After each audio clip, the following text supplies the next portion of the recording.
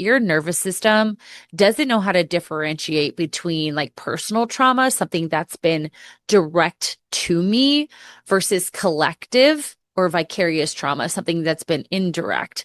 It just sees it as an imprint and it says, I am not safe in the here and now. And therefore, I will fight, flight, freeze, or please, as I say.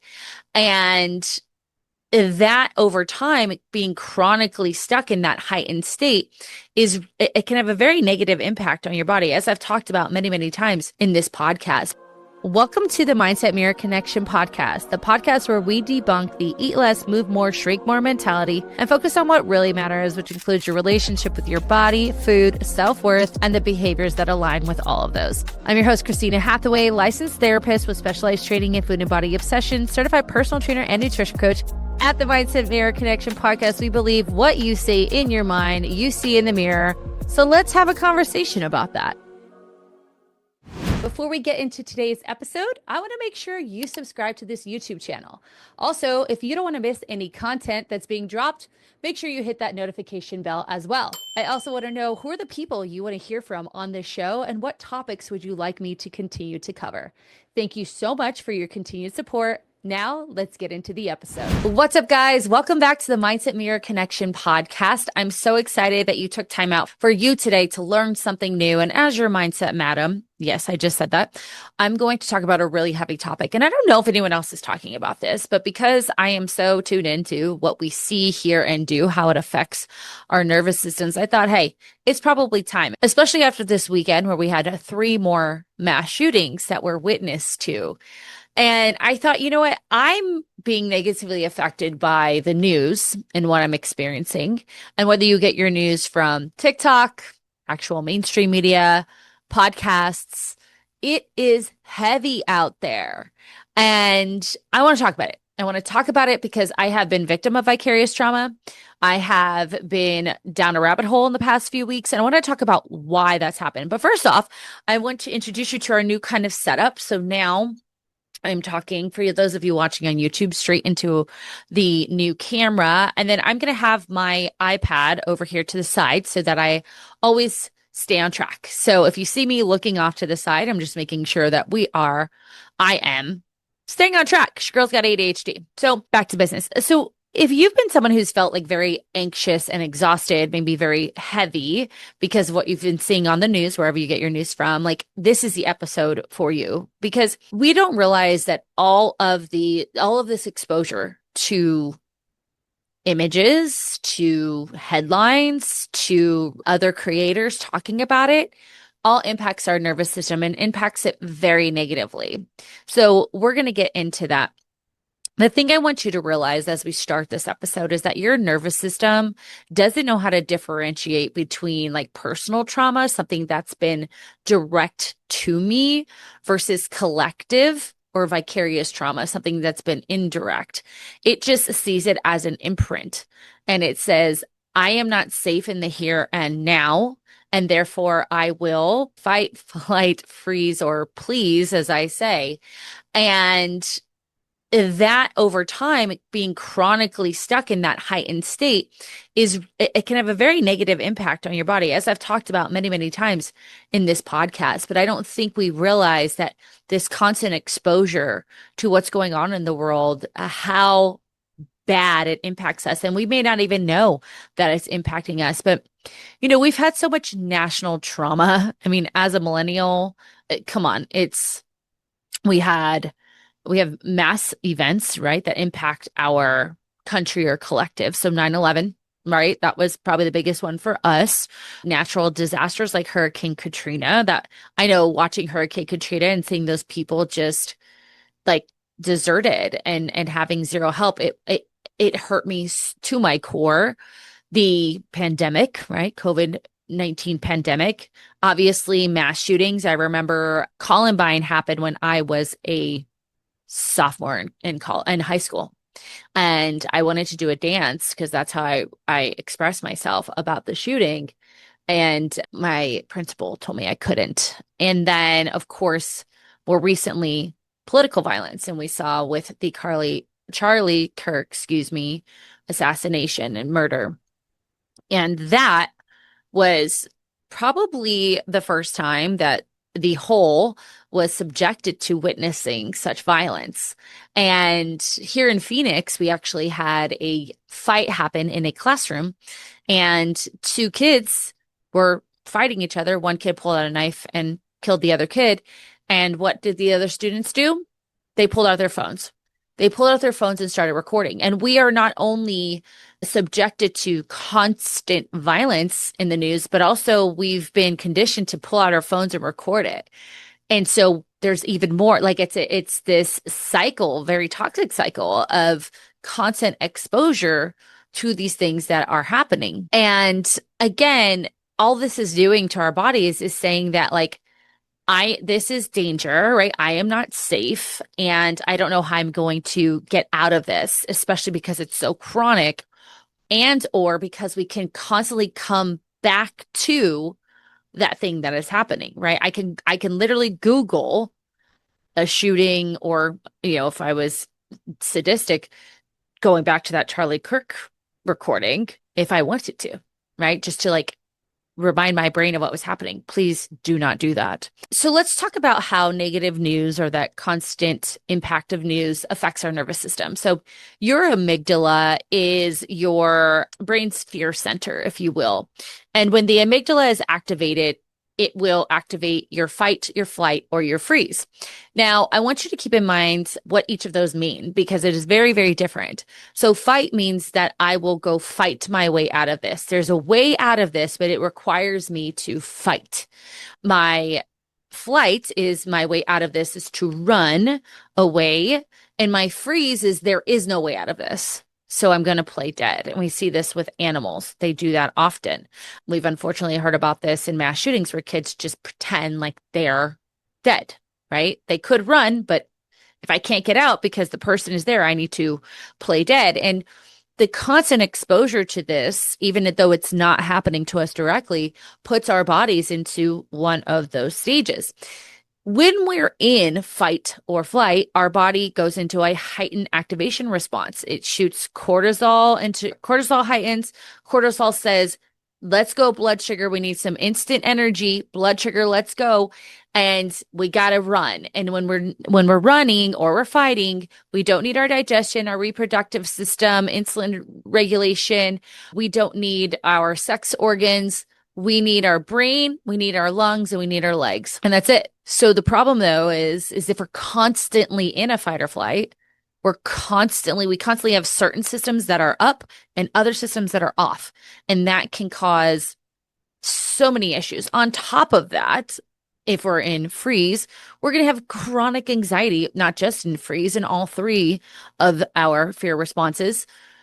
We're going to have chronic anxiety. We're going to be hypervigilant, constantly looking to make sure that there is a way out, and or we're just going to mentally burn out. So there are physiological issues that can happen from having constant cortisol, heightened blood sugar, and the turning off, if you will, of certain physiological symptoms in your body, but also mental health issues because our brain is constantly awaiting for the next bad thing to happen. And this is very real. And so just to reiterate, real trauma is experienced by you, whereas vicarious is experienced through witnessing others' pain and having repeated exposure to that. And I want to tell a few stories because I personally am someone who's I'm a bleeding heart. It's very hard for me to not feel others' pain. I mean, even when I'm driving, if I see someone who's homeless, I see an ambulance go by, there's a part of my body, my natural inclination is to pray or to do the sign of the cross or to say an affirmation. That's just who I am. And I know it's a part of my lived experience and my upbringing, as my parents were always people who helped anyone and everyone that they could, to a default at times. But why that's important to you guys is when I see these things, it hurts me. And I had mentioned Hurricane Katrina, and I was dating a guy at the time, and every time I saw the news, I would just start crying. This poor guy was probably like, what is wrong with her? Because I was just so saddened by the fact that these people couldn't get out. Nobody was helping them. And I would just cry and cry. And luckily, like I remember my dad and mom was like, look, let's figure out something we can do. So my dad gave me the business card and he goes, go to Walmart. I want you to buy socks, underwear, shoes for men, women, and children. And we were able to ship those off. Like that's something that we could do. I mean, I'm the girl who's like, I will join the Red Cross. Like, what do you need me to do? Right. The other thing that I had a visceral response from that was a vicarious trauma. So my visceral response to Hurricane Katrina was sadness. I felt so much pain for those individuals. But the second thing was my husband and I were supposed to go to a festival with our friends.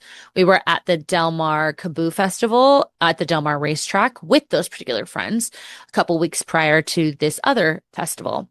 And we had gone online to buy tickets because I loved the lineup and they were sold out. So then Mark goes and looks at the secondhand tickets and they're very, very expensive at the time. So we're like, let's just wait and let them come down because we've been there before, you know. So we go on with our week and my best friend's husband at the time had texted me and he says, you know, we're gonna have a surprise party for Angel. You know, I hope you guys can come. And I'm like, told Mark, I go, I mean, of course I want to go to her surprise birthday, but I also want to go to this festival, right? And so we end up choosing to go to the birthday.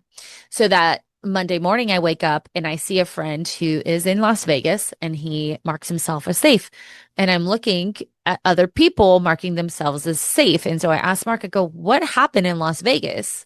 And he said, you know, that music festival we were going to, well, there was a mass shooting, and that was the Route 91 festival in Las Vegas. And it was insane because it was so close to home. Like we would have been there, that my brain played out these scenarios about like what could have happened to the point where I was in tears. And luckily at the time, like I realized what I was doing when I was like 21, 22, when Hurricane Katrina happened. I didn't understand what I was doing. But at this point, you know, I had already gone through school and become a therapist. And I realized like, oh, like I'm experiencing vicarious trauma. And then with that, having these secondary kind of, you know, nightmares in my head about what could have happened to me.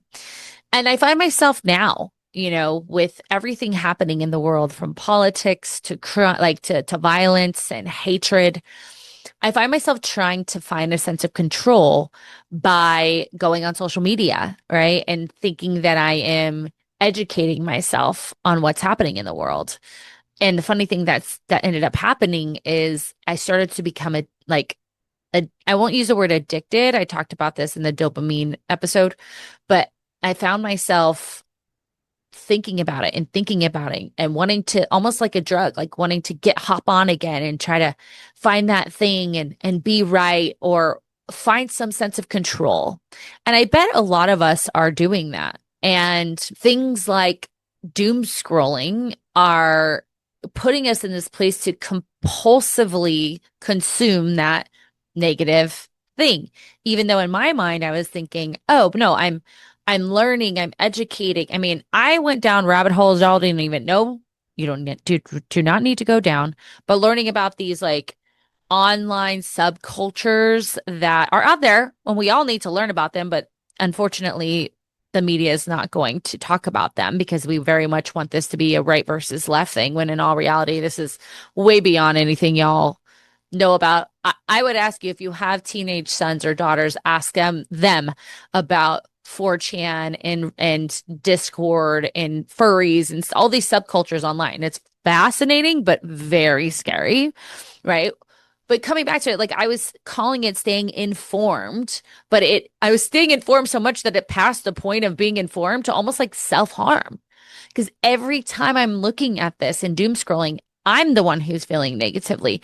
I'm the one who has anxiety. And I talked about it with Coach Livy on the dopamine episode. Like I would wake up in the middle of the night and be thinking about this. I was sleeping like shit. And I realized, oh my gosh, I am acting like someone who is addicted to negative news, like someone would be addicted to nicotine or a drug. It was a need that I was meeting through doom scrolling, and it was hurting me. And so I want you guys to think about that. Like, what have you been doing? Because after a certain thresholds of anything that we're kind of going back to, whether it's watching the videos, over consuming the news, over consuming TikTok and social media, again, it becomes self-harm, but we disguise it as a sense of like responsibility. And I think that's really important to note. I have a client whose son goes to a Catholic school, and she had messaged me about the shooting at the Catholic school. And she was terrified for good reason, and she and I had a very good conversation. I said, I know it's terrifying, but we need to focus it on what we can control, showing up for your son, having conversations with him, like making sure that you're taking care of yourself, trying not to allow your brain to go down those rabbit holes or to, play back these scenarios that didn't actually happen. And it was a really good conversation. It's just kind of funny because I was telling her that, well, I need to be telling myself that. And again, to me, it really felt like my brain was trying to make sense. And it is, you guys. Trauma, we have to remember, is not what happens to us. It's what our brain makes up about what happened to us or what we're experiencing. And in my brain was saying, you're not safe. You need to have a backup plan. I was becoming incredibly hypervigilant. I mean, to the point where I was talking to Mark, I'm like, we need a contingency plan. Because in my brain, it was after this constant flood of information, it's like, you're Hispanic, you're a female, you vote in a certain way that is not left nor right. I actually have my own damn thoughts, it's mine, but it's not right now seen as for no pun intended on this, like the right way, right? And I said to Mark, I'm scared. I'm scared. I think we need to have a contingency plan if like we need to leave. And he's just looking at me like, what? What? And I got to that point where, again, my brain was like terrified. And I'm still scared, but I also needed to kind of like bring myself back down. And I want you to be thinking about it, guys. Like, what am I exposing myself to that's causing my nervous system to get so off track that I'm, kind of putting my tinfoil hat on? That's just me. By the way, there's a guy on TikTok who does tinfoil hats in different styles. It's hilarious. I will try to post him. It's the funniest shit I've ever seen. But what I realized is I needed to take that step back, right? I needed to start safeguarding myself around this information. And it's hard. I'm not going to lie to you. It's difficult because there's so much. And there's a part of my brain that says, well, what if you're not listening? Like, what are you going to miss, right? Is there something important for you to know? So I'm sure a lot of you feel this way too. And one thing that I think is really important for us all to do is a 24-hour news detox or social media detox. Like, just take a full break and reset. Take a full break and reset and just notice how you feel. Did you sleep better, right? Did you have more energy?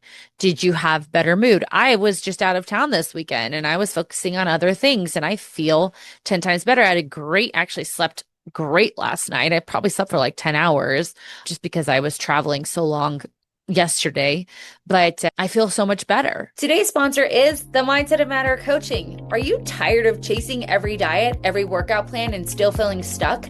At the Mindset of Matter, we get it because we've been there and we know what actually works. This isn't about starving yourself, burning out in the gym, or waiting for motivation to strike. That cycle only leads to frustration and guilt. Our coaching program gives you structure without obsession, strength without exhaustion, and freedom without losing results.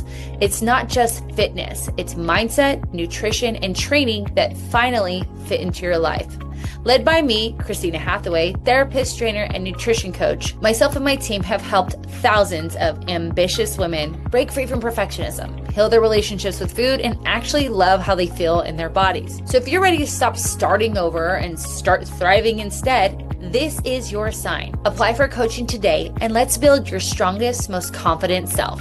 The Mindset of Matter, because success isn't about doing more, it's about doing it differently. The other thing is set boundaries with when you're receiving this information. So for me, I will read what I'll tell you guys about here in a second, read my news in the morning. And then I listen to a certain podcast that comes on once a day.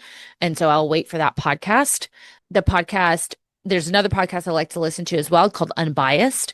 It is a woman who just gives the facts on things. So I'm informed, but there's no emotion from her on either side. It's just solely the facts and how the facts line up with laws and constitution and all of that.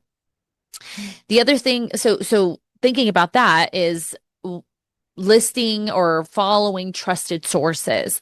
So the one thing that I've been using is Ground News, which is an app, and it gives you access to all the articles that are happening around one subject. And in each article, it'll tell you if it's left-leaning, center, or right-leaning, and then if it's a media conglomerate or independent journalism. So for me, I'm center and independent journalism because I've realized that there is definitely narratives that are being spewed to incite fear on both sides. And that's not good for my mental health. For some people, you might feel like the way that you intake news is not what I'm experiencing, and that's great for you. So I'm not telling you not to listen to your favorite news station or maybe like to watch the Today Show or whatever that is.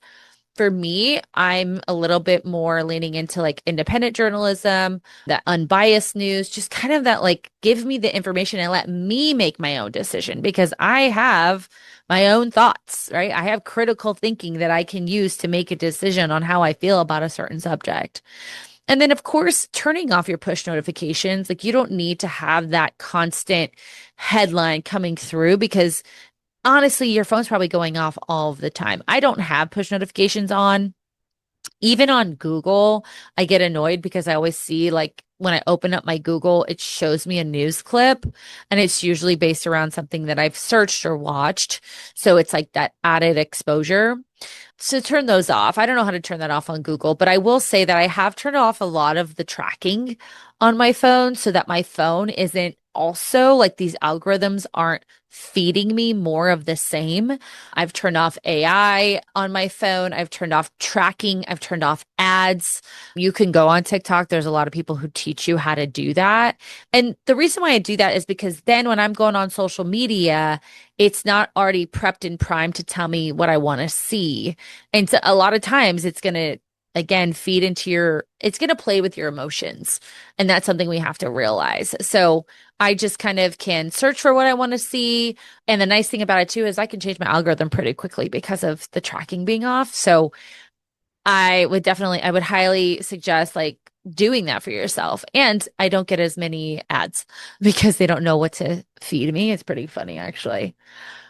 The next thing we could do is what we call bilateral stimulation. You guys know that I am an EMDR trained therapist, and bilateral stimulation is a part of EMDR, which is eye movement desensitization and reprocessing. It's evidence-based treatment to help support those with like combat PTSD and complex trauma and PTSD. And all bilateral stimulation is crossing the center hemisphere of your body by either looking side to side, hearing noise side to side, or tapping your body side to side.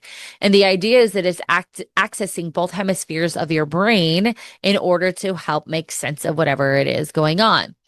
Luckily for us, walking and being in nature is a wonderful way to access bilateral stimulation naturally.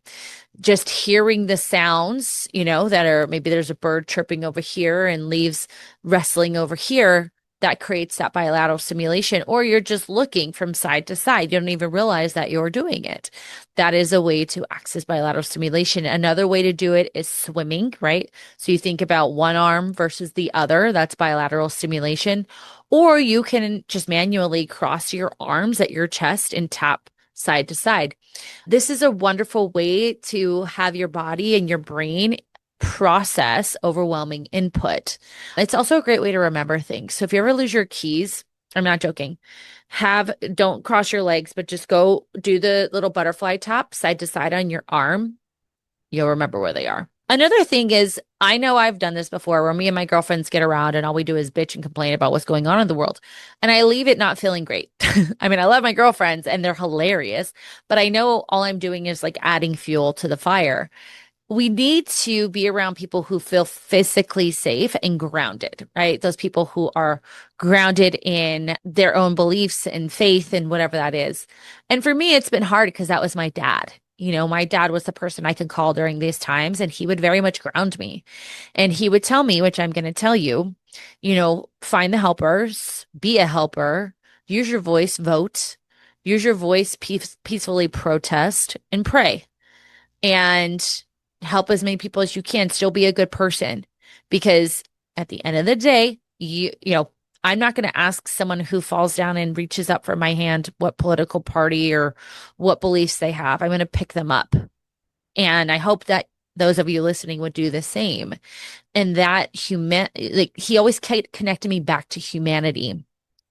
And it's been hard this time because I don't have him. But what I do have is his voice and his words and his ability to calm me down so that I can share that with you. And that's a big reason why I wanted to do this episode because it can feel, you can feel very lost if you don't have those grounded people. We can nervous system sync. I don't know if you guys know this. We see it often with like infants and mothers or fathers when the infant is crying and the mother or father is calm. They can help calm the baby down. Same with your dogs. Your dogs know when you're heightened and when you're calm, they calm down as well. We can borrow from others when we can't access our own calm. So having those people in your life that are calm, that are grounded, that can bring you back to humanity and to yourself is very, very important. The last thing is movement and presence. So, excuse me. Oh, I'm so itchy. Exercise exercise so that it doesn't feel punishing, right? Exercise so that it can become a nervous system kind of reset for yourself.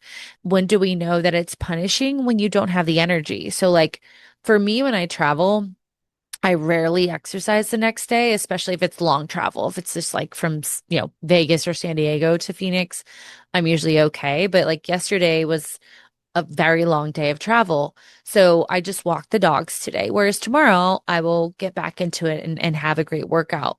So just recognizing like where is my energy? If you want to go back to the energy account episode I did a couple episodes ago, that'll teach you how to figure out if your exercise is hurtful or helpful. And then doing things that reconnect you back to yourself. So yoga is a great way to come back to your cues in your body. Because remember, when we're in fight or flight, our brains, our lungs, and our legs are the only things that we need.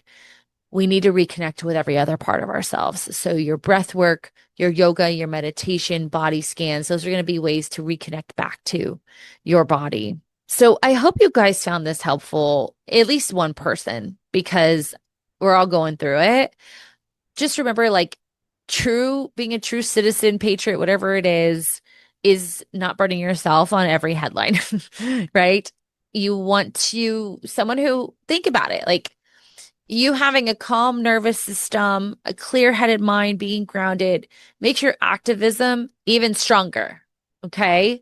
You're more grounded, you're more clear, you're more resilient. And that's what we want. That's what makes you a better leader, right? It makes you a better parent, a better teacher, and a better community member. It allows you to be open to hard conversations rather than scared. We're very scared. And the fear conversation is not going anywhere because it affects people in the way that I'm talking about, so much so that they then create more fear. But if we can come back to ourselves, ground ourselves, do the things that I've talked about, then we can be more open to having conversations with people. And like my dad would tell you, connect back to humanity. So you don't have to carry every crisis. Okay. We can just understand what's going on, get the information, understand our thoughts about it, and what are our best next steps for it, and then leave it, right? We can take the actions that we need, but also taking those actions with boundaries. I invite you to do one of the things that we've talked about today, whether that's the 24-hour reset, setting a boundary around when you access news, right? Looking into some of the things that I talked about. Ground news is great, unbiased is great. And just remember, protecting your nervous system is leadership. And as parents, as leaders, as business owners, as heads of communities, people are going to turn to you, and they're going to, like I said, borrow from you, whether that's good or bad. So let's try to reset and ground ourselves. I hope you guys found this helpful. I just felt like it was such a needed episode to do, especially with just everything going on. It's been terrible. And I've really been accessing my faith. Not everyone who listens to this has a spiritual connection, but I do find that that helps bring me a lot of clarity and gets rid of a lot of fears that I have, and just believing that human beings are good for the majority and that we all want the same things.